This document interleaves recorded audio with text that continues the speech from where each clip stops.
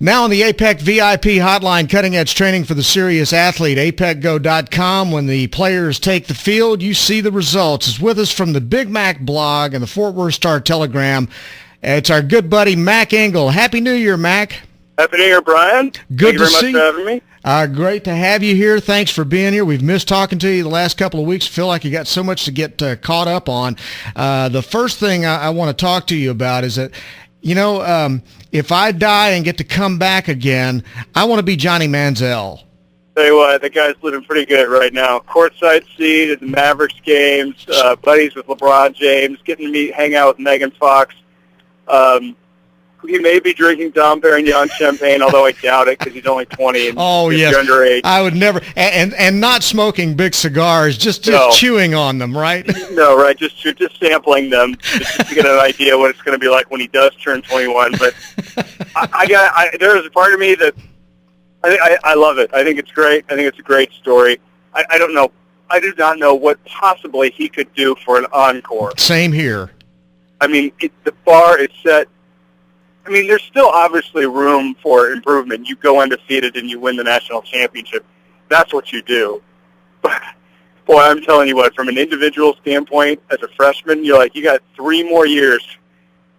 I hope you are as good as what you were this past 4 or 5 months, because he was the best story in the entire state from September 1 all the way until now. When you saw them play against Oklahoma the other night, first of all, were you expecting it to be a blowout?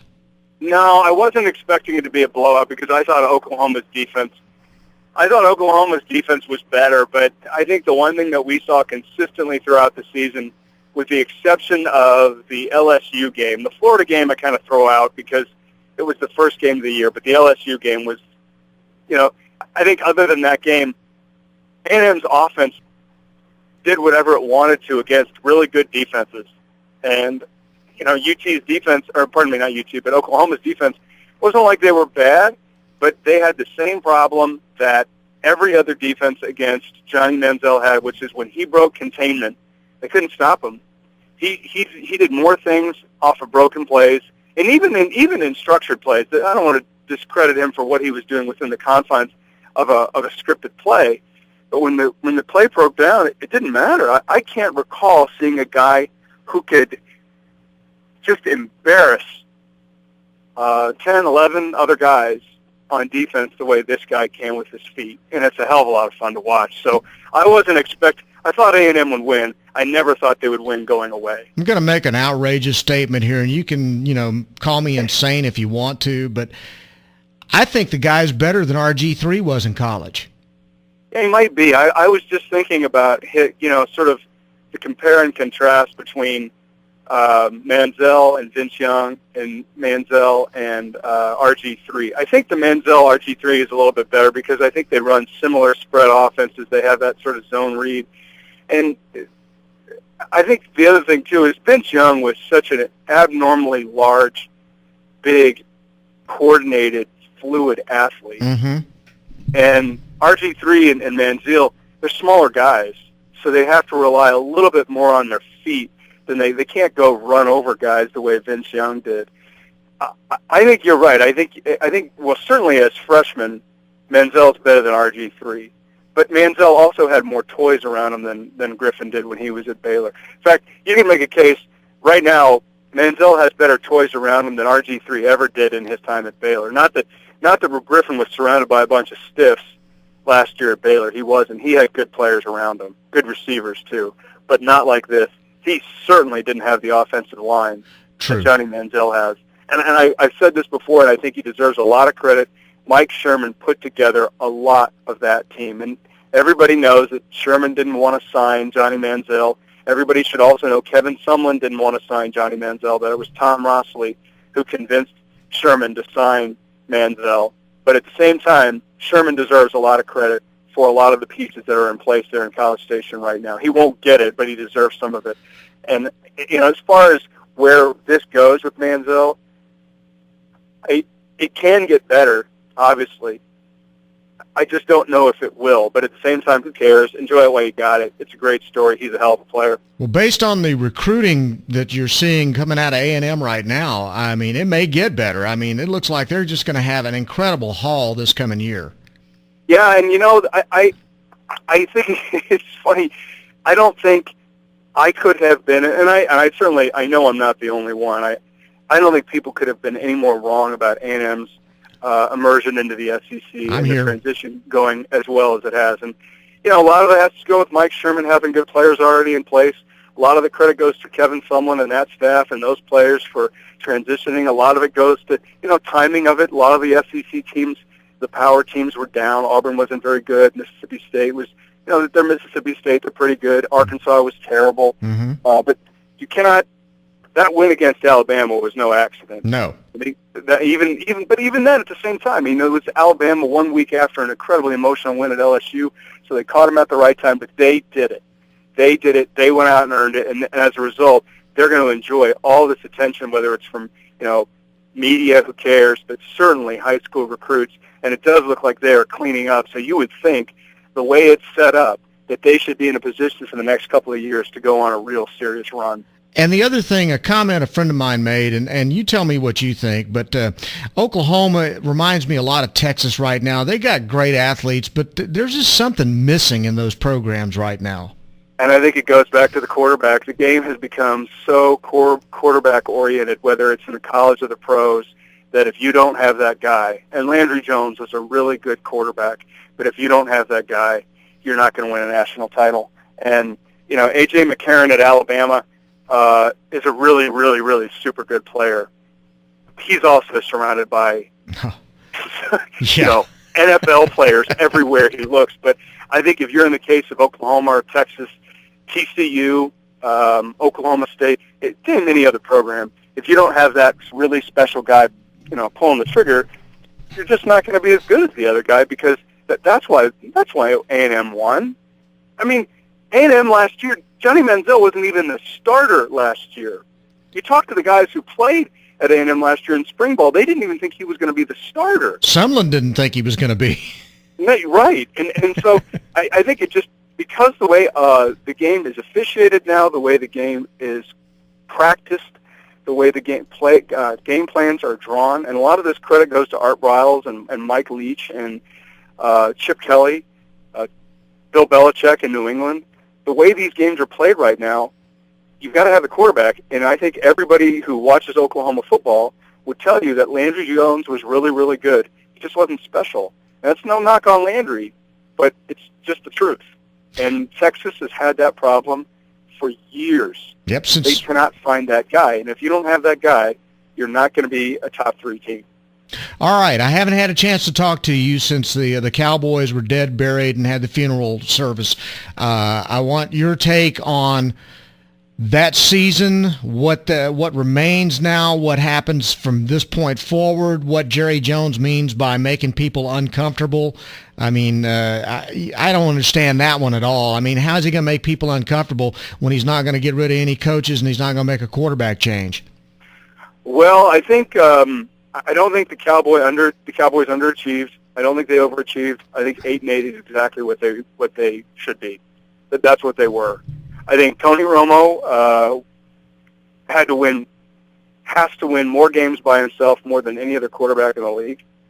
I think that defense has a couple of players who are pretty good, but it has enormous holes up the middle. They don't have any. When they lost Jay Ratliff and Josh Brent, the middle of that defense became so exposed because there was nobody behind them who could make a play. And I'm talking inside linebackers because Bruce Carter and Sean Lee were both hurt for the year. They have no safety. They haven't had safety production in years. They haven't had safety production since Roy Williams was a rookie. Their offensive line is erratic at best.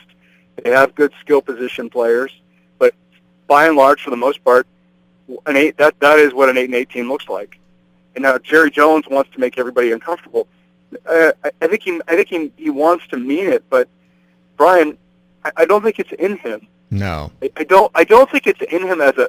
You know what? I would have been curious to see. I think it might have been in him as a businessman, as a conventional businessman.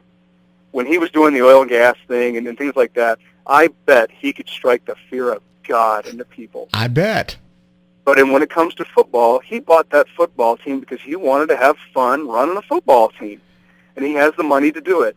And I'll tell you, as a guy who I was a beat writer covering the Cowboys when they were under Parcells, that guy could make you feel uncomfortable. That's what I was going to say. He had uncomfortable, and he didn't like that. He didn't. And you know what? And Bill would be the first one to tell you, if I'm not winning, you're not going to like me. You're not going to like me when I am winning. You're really not going to like me when I'm losing.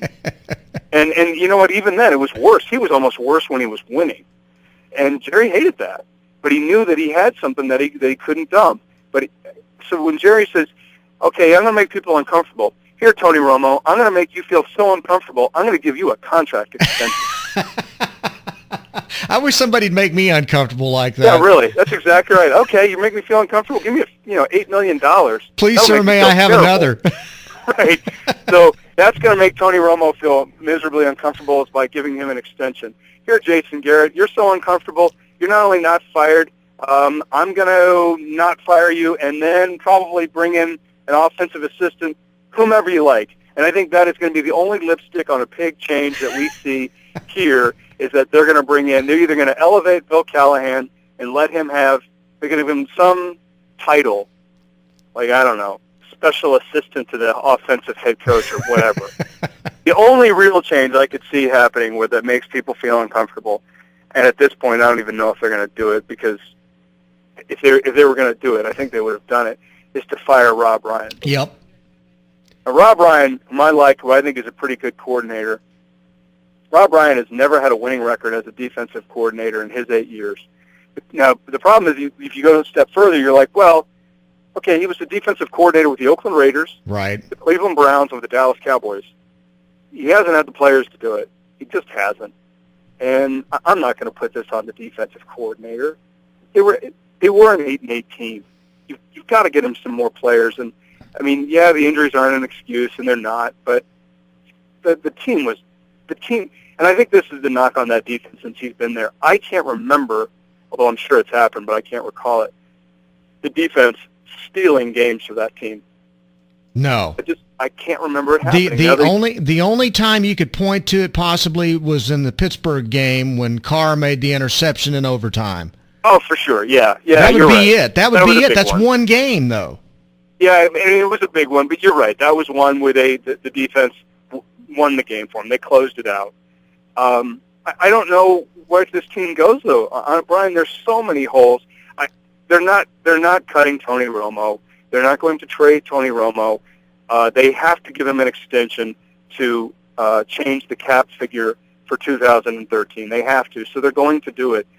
My only question is, if I'm Tony Romo, do I really want to stay here much longer?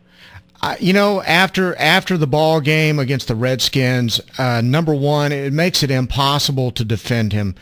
And number two, you just think at this point, the fans are so down on him, and he's got to believe that a change of scenery would be good for everybody involved. Yeah, and the problem with Romo is that you've got 10 quarterbacks who are better than he is. You do. And you can name them likely off the top of your head. Mm-hmm. Whether it's the Mannings, whether it's Brady, Breeze, a handful of other ones, and then the other 19 or so are not as good as that guy. So you know there'd be a club that would take him in a second, and it would leave you with a draft class that does not have very many quarterbacks that are quality, and Kyle Orton's not. No. Kyle Orton's a backup. No. So I think the problem for Jerry, and I wrote this a few weeks ago, you got to sell something. You've got to be able to, Jerry's a marketer. You've got to be able to sell something that this fan base can believe in and sink their teeth into. So if you don't change the head coach, you don't change the quarterback, you're not going to change the GM, what are you selling? Snake oil. Yeah, I don't know. I don't know, Brian. And I love following that team, and they're always interesting. They've been very entertaining the last 5 or 6 years. They really have been. They've really kept our attention, and they've kept us intrigued. But at the end of it, they've also frustrated the hell out of all of us. And going into 2013, where the entire cast of characters looks like it will remain the same, I don't know why we should expect dramatically different results. You never know; it could happen. I mean, maybe Sean Lee stays healthy, and that's a big difference. Maybe this guy stays healthy. Well, maybe that guy stays healthy. Well, okay. I hope you're right. Yeah. But you should plan on, given the results, we should plan on different outcomes. More of the same, yeah. All right, two other things real quickly. What did you think of Shanahan leaving RG3 in the ball game last night, because he's getting skewered over that today? I couldn't believe it. I think the bigger one that I was surprised about was, and I'm not surprised, but because you know what happens, it was amazing that it got out, was the story that when Dr. James Andrews tells USA Today, when RG3 was hurt a month or two ago, said, I never even got to look at him. He just walked around the sidelines, came back, and was back on the field before I knew it. I think that kind of story confirms what we all fear and suspect, which is these guys, a lot of times they are, but these guys a lot of times are not being carefully looked at, and they're being thrown back onto the field by a coach who wants to win and by a player that does not want to lose his job. That's it. Okay, and the other topic tonight, of course, Alabama-Notre Dame tonight. What do you think? I think the spread, I think the last time I saw Bryan was like 9.5. Yeah. I mean, that is a lot of points. That is a lot of points. I think I really like Notre Dame's defense a lot. I only think is I can't see, and even though the only time Alabama's defense this year really struggled are with quarterbacks who, when they break containment, can make plays. And Notre Dame can do that. Now, they can't do it the way Johnny Manziel did it, but they can do that. So I thought, okay, yeah, that should probably be able to give Alabama problems. But at the end of it, it's Nick Saban. It's Alabama. They've been here before. This is what they're doing right now. And I cannot see them losing this game. I can't see Notre Dame. I can't see them covering 9.5. That's about the only thing to question there. And the cover really doesn't matter to me. I just want to see who hoists the trophy. I can't, unless A.J. McCarron gets hurt or but even knowing Alabama's probably got, some 10-star quarterback, just a fifth stringer. I can't see. Bryan, can you see Alabama losing this game? I really can't. I mean, I know Notre Dame's history in games like this, but the luck of the Irish and all that. But I mean, when it all comes down to it, I'm not betting against Nick Saban until he loses a game like this, and he hasn't lost a game like this. No, he never has, and I think Brian Kelly's a really good coach. He is. In fact, Brian Kelly might be a guy I think the NFL would call, but I think at the end of it is as many good players as he's got, as it does appear as he has Notre Dame rolling now for the first time in 25 years. I think at the end of it, Alabama's just better, and that's why I think they'll win. All right. Hey, Mac, great talking to you today as always. We look forward to talking to you next week, buddy.